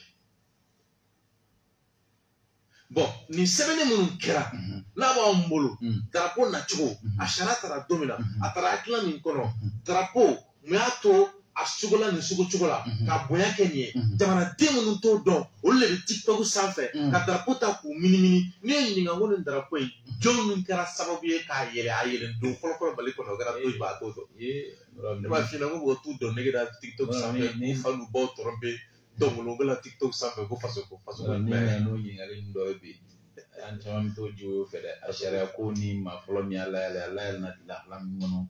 muna mesure tara mura go ni alu an to version muru di mono mais fera mi fier pour cela pas et ba kala mako officiellement era ou peut-être ça sur bora kala ma aka fait on doit se faire plus en même so officiellement era ou ta kala wa pas pour on fait pour moi parce que le c'est pas pour eux et pour tout le monde que oui c'est venu gaga au mot il donc pourquoi on fait le tanga ni na fana ta ga fana ti fo pas pour nous bora kana wati nous na ga ga tu ama nga wa ngalu tande an nous mala ani an wole kan ni ngage ya ma ko wa ngalu keta quand on est gagné mais on est gagné ngamu ko wele ba ni pourquoi Ume ko mune do a ume muna ube uma ni ngako mu ta ni ndege munde do kana ko am so nyo fina on plus tala tane wa meta donc mina normalement ça dit que hakima ya quoi hakima ça dit que hakima ima ko bisra hakima ya ma wi mo dama do ta ko lu fo no usra wala do mina do ko bina mali be una parafina siri da aw adoni kuma yi fenchama mina fo ni kono an na do chame fenchama fo ni kafe kono do ko mun dugo do parce que frère fene afene ka ko fien do yi ali tse ka fo ke na maso ali fon fe na ba beso document fuitira ya so an bɛna exploiter mais tɔn joli mɔgɔ joli cakɛda joli mun de bɛ an bɛ mun de kɛ nin kan foyi an tɛ foyi k'a kan ka banna ko an bolo ko sen dɔ de bɛ ne ma n'a bɔra dɔrɔn an bɔra nin document ye fiche kɛ karisa tɔgɔ b'a kɔnɔ bɛɛ ni tɔgɔ b'a la Siriki b'a la Guy Marius Sagna b'a la a banna o Guy Marius Sagna min b'a la u tun t'o faga n'a fɔ a fara cogo min na o sɛbɛn kɔnɔ a yɛrɛ bɔlen ka kuma ko ten tɔ k'a bɛna to ko k'a bɛn'u to yen nɔ ko k'an faga ko parce que k'u ka laɲini ye k'an faga dɛ awɔ fɔlen do sɛbɛn kɔnɔ k'u b'a bɛɛ faga a dɔ bɛ Kɛyɔrɔba in de ma fili bɛn de tɛ Kɛyɔrɔba bɛn de Faransi faga bɛn bɛn Faransi faga bɛn o yɛrɛ de gafe tɔgɔ bɛɛ yɛrɛ yɔrɔ dɔ sɛbɛnnikɛlaw dɔw ye sɛbɛnni kɛ dɔw ye sira kɛ quoi ko Modibo Keyita ka fili kɛra min ye k'i b'o dɔn k'a kɛra Modibo Keyita yira ko farafin bɛ se ka fara ɲɔgɔn kan ko ka Faransi kɛlɛ bɛn jɔn y'i bila Faransi faga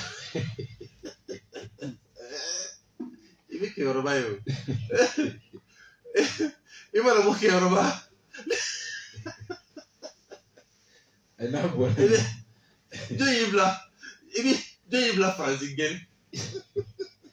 n'a fɔ ko mun dɔw kɛra ka hinɛ o la n'a bɔra se an bɛ tile 40 sarabɔ kɛ alors bɛn dara dɛ o de don jɔn y'i bila nin na de jɔn est-ce que c'est compliqué souvent n'i bɛ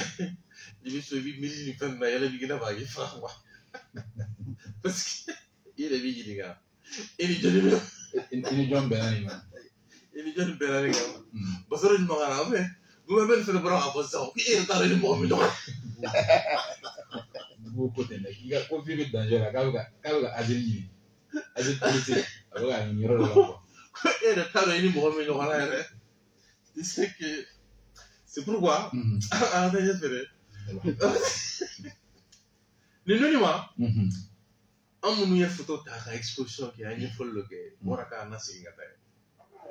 k'a fɔ ko bi o tali don na don min bɛ yen nɔ ni Mali donjon yɛlɛma sisan n'o kɛra ka bɛn sɛpitɛmburu kalo tile 5 san 1971 a yira k'a fɔ ko o ye don ye bi don min bɛ yen ni mɔgɔw ɲinɛna kɔ ko foyi ti kɛ yen ni n t'a la an balimamuso min bɛ yen n'o ye Tura Kaba Jakite kabi salon ale y'a kanu k'a fɔ k'a bɛ taa drapeau di Ibrim Boubacar Keïta ma an y'a ye k'a fɔ ale y'o baara min kɛ a ma kɔn faamaw fɛ jamanakɔnɔdenw yɛrɛ tɛgɛ bɛ tɛ donc an k'o la a bɛ k'a fɔ an ka jamana kɔnɔ fɛn bɛ tɛgɛ kɛ drapeau ko ɲɛw la o don a bɛ mun fɔ faso kɔnɔna na ale a bɛ mun fɔ an ka drapeau kɔnɔ a bɛ mun fɔ an ka diinɛ kɔnɔ dɔɔnin tɛ donc an y'a kanu fo ka taa o baara ninnu kan ka wuli ka jɔ kɛ kabi salon ka taa Modibo Keyita la ka bɔ yen ka na su dɔ ɲɛnamaya ale la n'an y'o wele ko midi drapeau bi o don kelen a kɛ ni an ka drapeau si ye n'o ye a bɛ tali kɛ sa a san 59 ka na ni ja yira mɔgɔ la ja minnu bɛ yen nɔ ni olu b'a yira k'a fɔ ko bi an ka drapeau ɲɛni b'a kan a sɛgɛn b'a kan ka sababu kɛ a tɛ ka baara kɛ fan bɛɛ bi a tɛ yɛlɛko jamana fan bɛɛ bi o la a bɛ ye k'a fɔ ko ne tɛ dumuni kɛ nin bɛɛ lajɛlen na a bɛ ye ko sɛbɛnniw kɛcogo la o ni maaw bɛ jaw dɔ bɔ minnu na a yira ko nin ye Mali ka drapeau de ye mais a yira cogo la a yi ko man ɲi donc an nana olu de jaw yira k'a kɛ ni wulikajɔ ye. Ne tɔgɔ Seba Keyita ne ye forotala ye parce que n'i y'a ye an y'a kɛ ni ja ye fɛn caman de bɛ ja ninnu kɔfɛ mɔgɔw tɛ fɛn minnu kalama mɔgɔ caman t'a dɔn k'a fɔ ko le 5 septembre yɛrɛ fɔlɔ o de kɛra don fɔlɔ ye Mali drapeau yɛlɛnna don fɔlɔ min na donc mɔgɔ caman fana t'a dɔn k'a fɔ Mali drapeau dilanni ko la mɔgɔ caman de contribué a la mɔgɔ minnu dɔnnen tɛ donc o de sababu la an ye bi kɛrɛnkɛrɛnnenya ka se ka jaw bɔ k'a yira mɔgɔw la drapeau dilanni ko ni himi ko la mɔgɔ minnu participer a la pour que olu bɛɛ nɔ dɔ ka se ka ye ja ninnu kɔnɔna na bon an ye ja dɔw ta an b'a ta ten an y'a ta ni hakilina dɔw de ye ka Mamadu Magira Keyita b'a la o ka fɔcogo la ale de fɔlɔ ye Mali drapeau la yɛlɛ pour la première fois bon mɔgɔ caman t'olu kalama bon an ye Basumanaba fana ka gɔni b'a la n'i y'a ye Basumanaba ka gɔni da la mɔgɔ caman t'a dɔn k'a fɔ ko Seydou Badian tun bɛ himi dilan wagati min na Basumanaba tun bɛ k'a kɛrɛfɛ o bɛ ɲɔgɔn dɛmɛ a kow la bon mɔgɔ caman t'olu kalama donc ni an ka ekɔliso dɔw la k'a ye k'a fɔ drapeau yɛrɛ installation bɛ yen mais drapeau yɛrɛ ti yɛlɛ donc o ti faso kanu ye o ti taamasiyɛn ɲuman ye anw yɛrɛ mɛnna yala yala la quartier kɔnɔna na a gɛlɛyara an bolo an ka se ka ekɔliso yɛrɛ sɔrɔ ekɔli nin yɛrɛ la drapeau yɛrɛ bɛ monter donc a gɛlɛyara an bolo kojugu mais o n'a ta bɛɛ la an sera ka ekɔliso dɔw sɔrɔ hali bi taabolo kɔrɔw bɛ minnu bolo halisa drapeau la yɛlɛn taabolo la donc an y'o kɛlɛkɛlɛnin dɔw sɔrɔ quoi Vous savez, nous sommes aujourd'hui le 5 septembre 2020 et c'est le 5 septembre 1961 que les Maliens ont vu les couleurs du Mali flotter dans le firmament. Et donc c'est une journée que les Maliens doivent célébrer. Mais sauf qu'aujourd'hui, la journée, elle est dans l'oubliette. Elle est dans l'oubliette au point qu'il est très difficile de retracer l'historique qui est lié à cette journée. Et donc pour faire ressortir cette historique-là, nous avons aujourd'hui, à travers une exposition photographique et sous la houlette des Guévacorons, organisé cette exposition photographique. Bon, on a été d'abord inspiré par une connexion sociale, par une démarche sociale de la Dame Croix Kabadjake, qui précisément le 26 juillet 2019 a pris l'initiative d'aller remettre le drapeau du Mali à son excellence Ibrahim Boubacar Keïta avant qu'il ne soit déchu.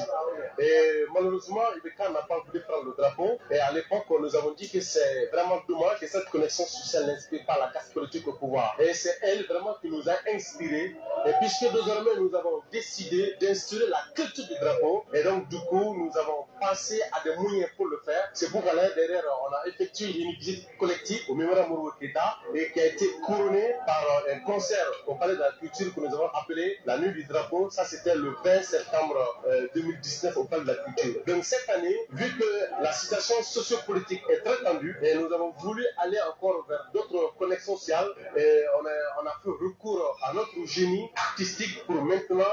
passer par la photo pour expliquer encore l'histoire du drapeau. Et voilà pourquoi nous avons ici décidé de faire ces photos. Une exposition photo minkera à la nuit. Oh, c'est vrai, il y a d'autres gens. Et il y a des gens qui ont fait la l'air au Javier Tomato. Si, moi, je suis malheureux avec les moi, dans ce moment, on a fait le scénario. N'est-ce pas? Donc, moi, balaga drapeau et Fabé Fedro, Taro. Pardon, on a sera mis petit. Bravo, qu'on faut étiqueter. Papa. Ni a eu de l'oiseau. Quand on a la morana fait. Donc, en politique d'ordre de tout, ni la chaîne, la fête, donc en politique d'ordre de Wado de Tapo. C'est la scala. Drapeau, mon gring a voulu qu'à hier. Non, c'est pas vrai. Non, d'ordre de Wara. Ni Tapo, comment il chara faux. Autoruto era na sans ko MLA un drapeau mal d'engle un drapeau donc c'est une politique d'orita ni toro jamano kono donga politique d'orido ni gelao jamano kono donga politique d'orido ni lafia jamano kono donga si va fuere bela ko manase ko politique d'orido d'orido la storo on fera donga doga parole. C'est comme ça. Mais si vous avez un chama, quand vous avez un tas de gens qui ont un chama, vous avez un boulot, mais nous sommes les gars, nous sommes les gars qui ont des sababu qui ont un drapeau qui est siamata. Courant à Bajakti, ni bien à la courant à Bajakti. Radio est là. C'est ça. Ami mon économ. Oye, amina ni wakati feneta. M5 tablale. Mais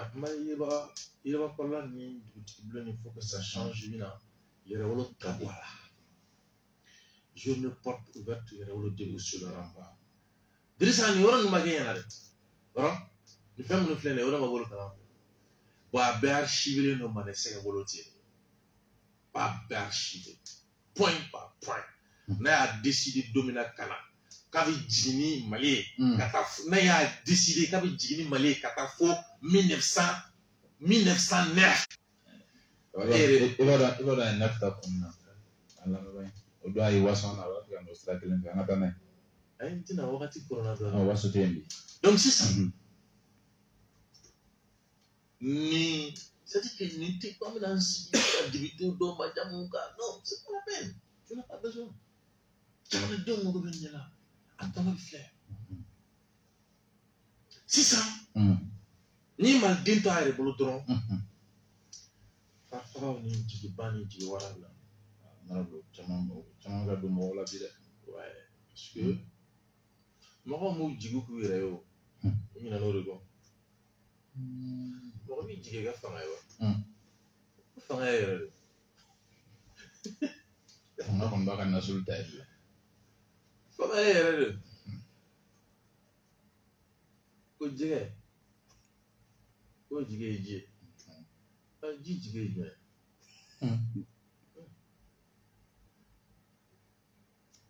c'est ça le problème.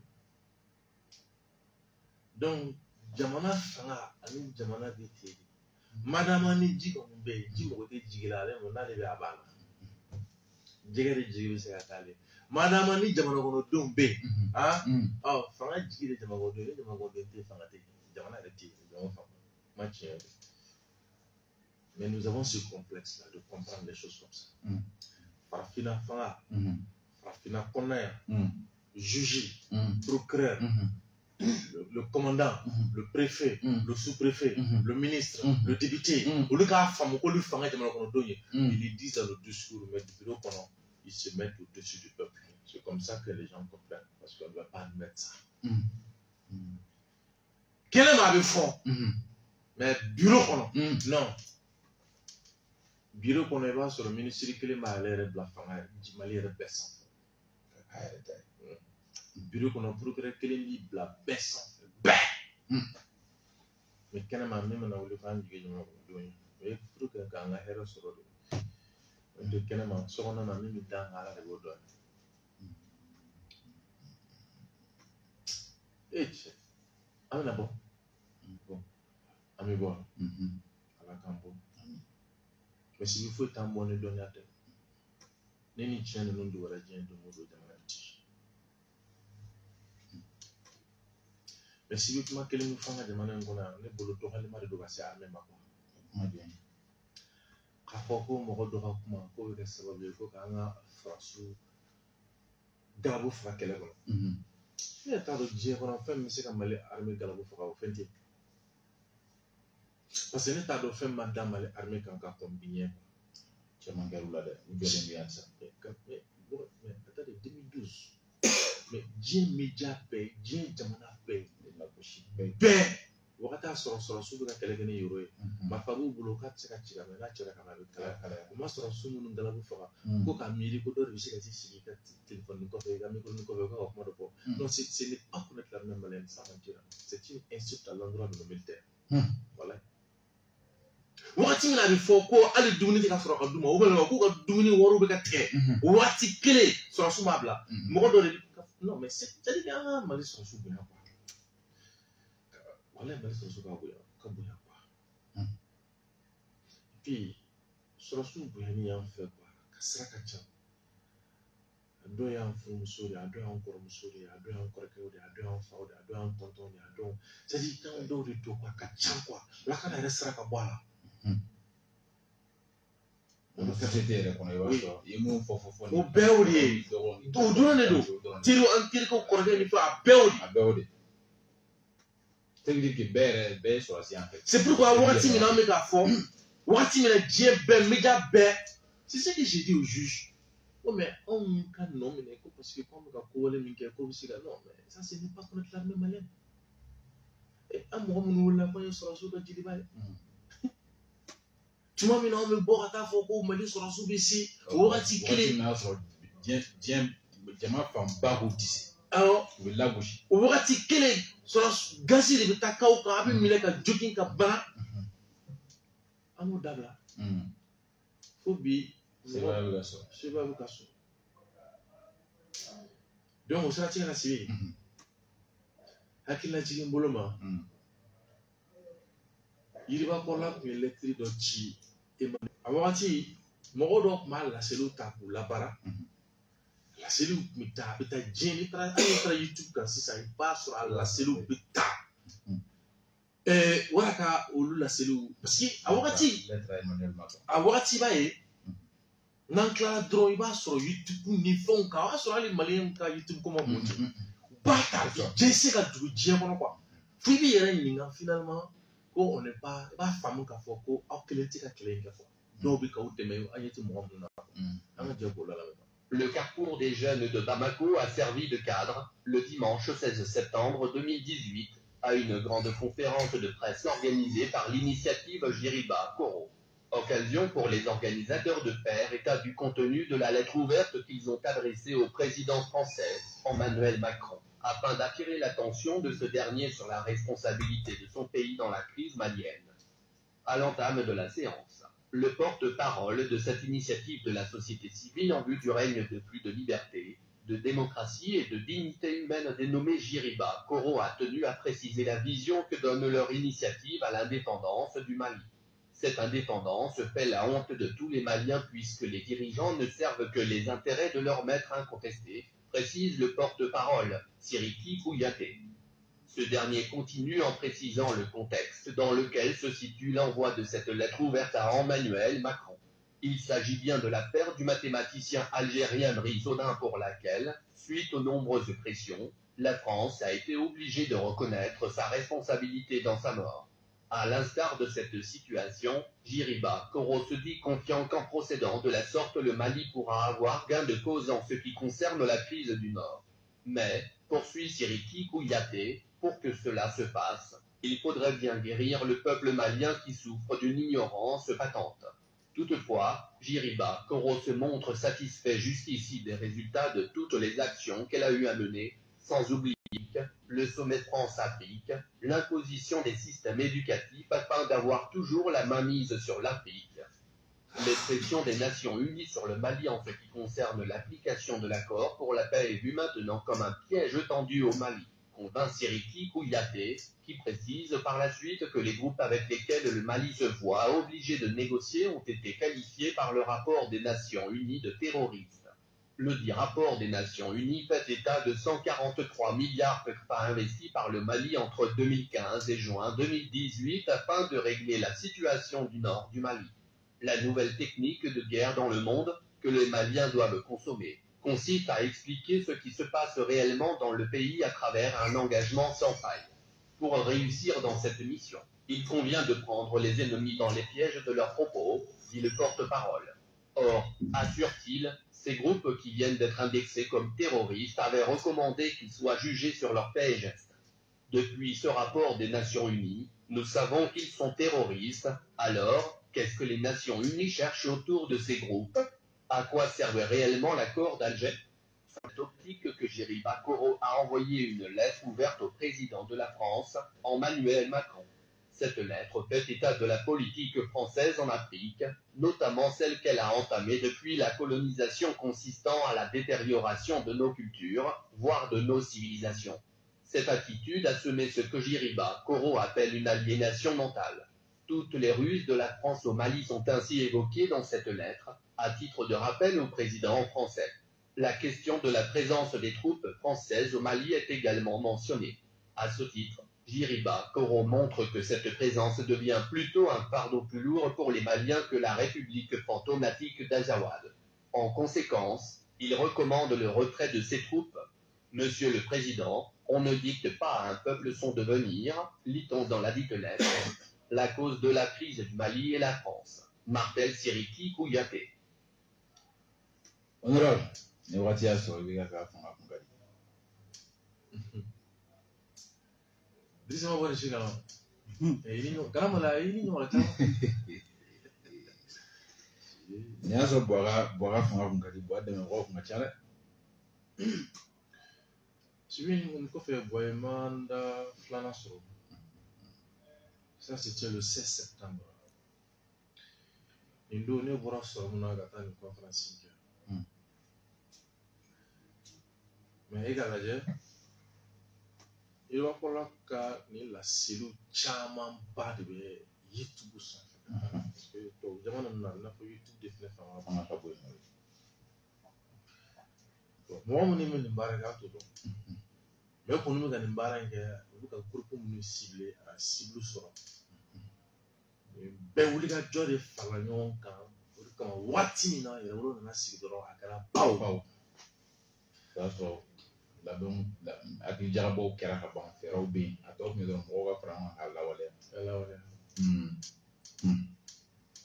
Sigi dɔ de hakili kɛ. Olu man ca yɛrɛ quoi. O kelen de don hali bi. O de kama ni k'i ma. Ni san nana.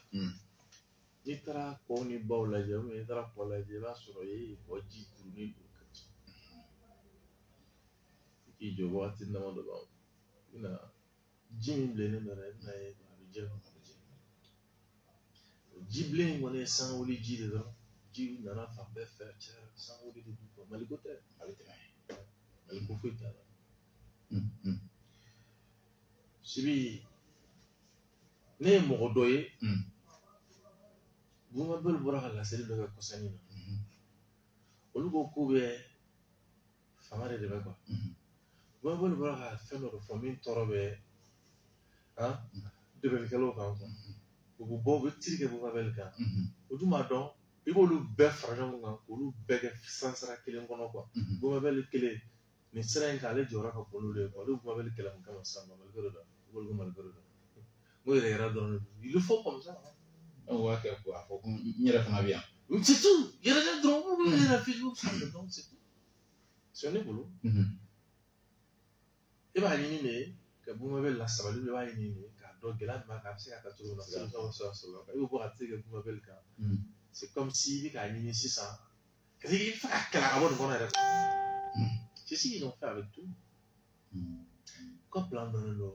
on les connaît au départ i bɛ musokɔrɔba dɔw ka kumakan mɛn au départ a ka kuma minnu fɔra an b'a c'est-à-dire on les connaît quoi c'est une politique a kana kɛ mɔgɔ si ɲɛna ko jamana k'i ta don i ta tɛ tiɲɛ tɛ l'État ce n'est pas une entité hétérogène c'est une entité et c'est pas une entité homogène c'est hétérogène mais non fɛn sugu caman de faralen ɲɔgɔn kan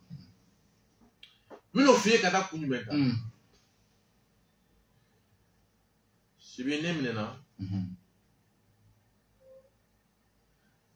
ne minɛlen o dugusɛjɛ su premier ministre Puturu o ka chef de cabinet mais directeur de cabinet de don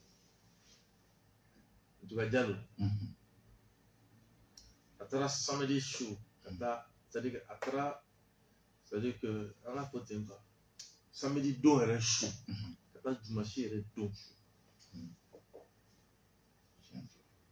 siɲɛ fila avocat fila premier ministre kun k'o ta ka d'a ma o y'a sɔrɔ ne ye avocat min ta avocat fila minnu kun kan ka kɛ a wagati avocat dɔw ka ko ma faamu finalement a nana laban k'a kɛ ne yɛrɛ ye min ta premier ministre tila ka segin k'o ta a fɔ kelen an bɛ taa don min na kaso la premier ministre ka attaché o de dara an kan ka taa fɔ tribunal la Sibi ne den ka kundi la parce que n'avocat don ale b'a fɔ k'ale den ka den kundi la o ye mɔden de sa avocat don avocat ka kundi de ne den ka kundi la sinon n'i ko ko ne den ka den kundi la o ye mɔden ye ni ye probably an bɛ min kɔnɔ anw ka jamana in falen don fili la jamana faamaw u ye musaka bila ka na saba a ko naani sa naani Sibi kiri kɔnɔ jamana yɛrɛ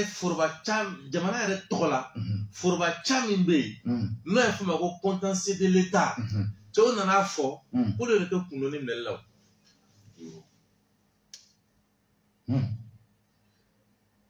Sibi juge maa saba cɛkɔrɔbaw olu nana fɔ ko olu ye ne bila ka taa so wɔɔrɔ Sibi jamana nɔbeleba o ɲɛmɔgɔ tɔgɔ la o ko ko ne tɛ taa so o t'a ye dɔ ye dɛ t'a dɔ ye a t'a dɔ ye o y'a dama ta ko wɛrɛ ayiwa an bɛ wɔɔrɔ la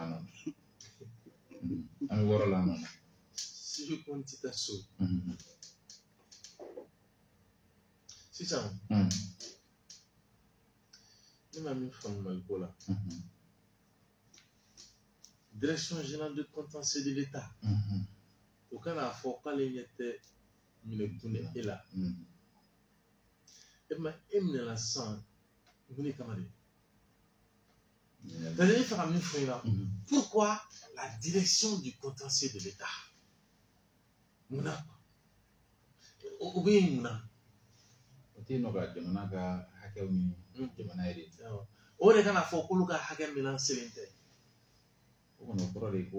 an ka bɔ nin kɔnɔ mais ne ma min faamu si est-ce que maliyɛnw bɔra nin kalama ne bɔra kalama a dɔw y'a sɔrɔ a caman ɲɛnaminen don dusukasi bonyalen kun don kan bɛɛ n'i taara o kasi bɛ sen na e ta don n'o la maaw tununnen tora u tora yɔrɔyɔrɔ ni bɛlɛnbɛlɛnin ma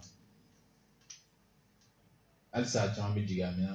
jigiya ta yɔrɔ min mais i m'a ye nin bɛɛ kɔfɛ ne yɛrɛ n kanto n ko mais n ko ne yɛrɛ tununnen don parce que a bɛ k'a fɔ ko aw kan bɛ ko ne ni fanga bɛ ɲɔgɔn na o mɔgɔ fanga ye jɔn ye fanga bɛ ɲɔgɔn na kiri fanga bɛ ɲɔgɔn na o fanga bɛ fɛ atteinte au crédibilité cɛ mais si an bɛ se ka mana bɔ est ce que an yɛrɛ bɛ se ka mana bɔ sa o de kama kunnafonidilaw fana bɛ bila yaasa fɛn fɛn bɛ min na ni jamana yɛrɛ t'o kalama walima n'o bɛ jamana yɛrɛ bolo fara kunnafonidilaw k'olu teri da ɔ sisan seni ka da kunnafonidilaw fana kan o fana qui sont Abubakar bɛ ka fɛn dɔ fɛ Abubakar i ka mɔgɔw ye min ci a bɛ tɛmɛ yɔrɔ de ma dɛ u kana miiri k'a fɔ ko o y'an ka gurupu ko ɲɛnabɔ a tɛna fɔ ko mun de ye cili kɛ k'an jɔ n'u ta la mais o don an tilalen fɛnɛ dɔw ye dɔɔnin kɛra Abubakar o wari de dir'i ma i y'o de kɛ sansi la quoi an ka sirikɛ ale ye wa saba ko ka ba jɛnɛ bon normalement a bɛ ka fɔ ka ba jɛnɛ ka lɛfɛn de jansa n'a fɔra ko ka ba jɛnɛ ka lɛfɛn jansa o kan ka di ne de ma wa walima o kan ka don sansi la an fɛnɛ t'o jateminɛ Abubakar kɛ cogo ye a bɛ kɛ cogo di Abubakar ko a tila parce que an bɛɛ bɛ lɛfɛ kɔnɔ ko ayi ko ne ni e ni gurupu Any group. ne ni gurupu wa de Abubakar o kuma o kɔrɔ bon i ma Abubakar ka nama kuma non e ka bɔra kuma de e ko ko ni gurupu Any group. gurupu ta bi di gurupu ma ne fɛnɛ tila kan ka di gurupu ma cogo dɔw de pɛrɛdi la wa bɛ jamana ci kɔrɔbalen sigilen don jibilen kɛrɛ fɛnɛ taba la kɛmɛ wɔɔrɔ sisan kɛmɛ wɔɔrɔ o jɔyɔrɔ ye jumɛn gurupu la juru bɛ cɛ dɔ la o dɛsɛlen don k'o sara sɛgɛ min b'an na sisan yago a bɛ juru in sara ɲini kalo in na ka na siga la 25,000 n bɛɛ y'a cɛ mais ni cɛ wele cɛ yɛrɛ bɛ jigi tigɛ kuma bɛ f'i ɲɛna fa bɛ k'i kɔnɔ k'i fɛ ka taa i ka ci kunta fana fara ale ta in kan ala Kati wale ere kadi wale ka fɔ ko nin bɛ nin o mala nin bɛ nara de b'a dɔn mais an ka baarakɛ yɔrɔ lajɛ an ka yɔrɔ datugu ko ma tɛ o cɛ ka baara ye sibi an bɛ bɔ ni kuma na ni min ye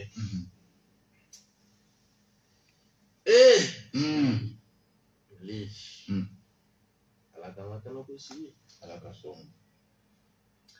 sibi ne bɛ fɛn kelen de fɔ waso tɛ dɛ wallahi an bɛ jɔda min na bi faso ko la a kana kɛ mɔgɔ ɲɛna k'i ni ka marifa bɛ se k'i jɔ a dɔ la a kana kɛ mɔgɔ ɲɛna ko i ni ka porokɛla jala bɛ se k'i jɔ a dɔ la a kana kɛ mɔgɔ ɲɛna k'i ni ka juge jala bɛ se k'i jɔ a dɔ la a kana kɛ mɔgɔ ɲɛna k'i ni ka nafolo bɛ se ka jɔ a da la i tɛ se ayi kana i tɛ se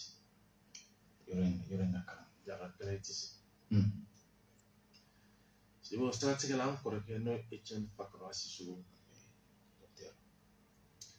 tɛmɛnen a tun bɛ kiiri tigɛlamɔgɔ ɲɛkɔrɔ an yɛrɛ tun bɛ yen a y'a ɲini k'u ka fiɲɛ bɔ d'a ma ko k'a sababu kɛ ne tun ma laseli kɛ k'a fɔ denmisɛnninw mago bɛ a ka taa kalan d'u ma wa jaw y'a sɔrɔ université caman fɛnɛ bɛ yen a passera olu ka concours la olu fɛnɛ mago b'a la ka taa denmisɛnninw ka fɛn ne m'a fɔ ten ganso ne bɛ mɔgɔw bonya parce que ne bɛ mɔgɔw nafa dɔn quoi ne bɛ cɛmaninw ni musomaninw dɔn ni jamana in kɔnɔ yan quoi ne bɛ den bɛrɛw dɔn quoi parce que ne si bɛɛ kɔnɔ ne ka ɲɛnɛmaya bɛɛ kɔnɔ a kɛra de ka jamana in dɔn I tɛ se ka jamana in dɔn f'i ka den bɛrɛw dɔn k'u ka kɛta dɔn Sibi a ye concours caman nin wagati ninnu kɔnɔ a y'o sɔrɔ ka taa se fo a ka musokɔrɔba yɛrɛ fɛnɛ man kɛnɛ ale yɛrɛ fɛnɛ man kɛnɛ Sibi kabako ye min ye n tɛ fɛ k'a fɔ kiiri tigilamɔgɔw ɲɛna u kan ka min kɛ quoi parce que tiɲɛ na kiiri tigilamɔgɔw baden de bɛ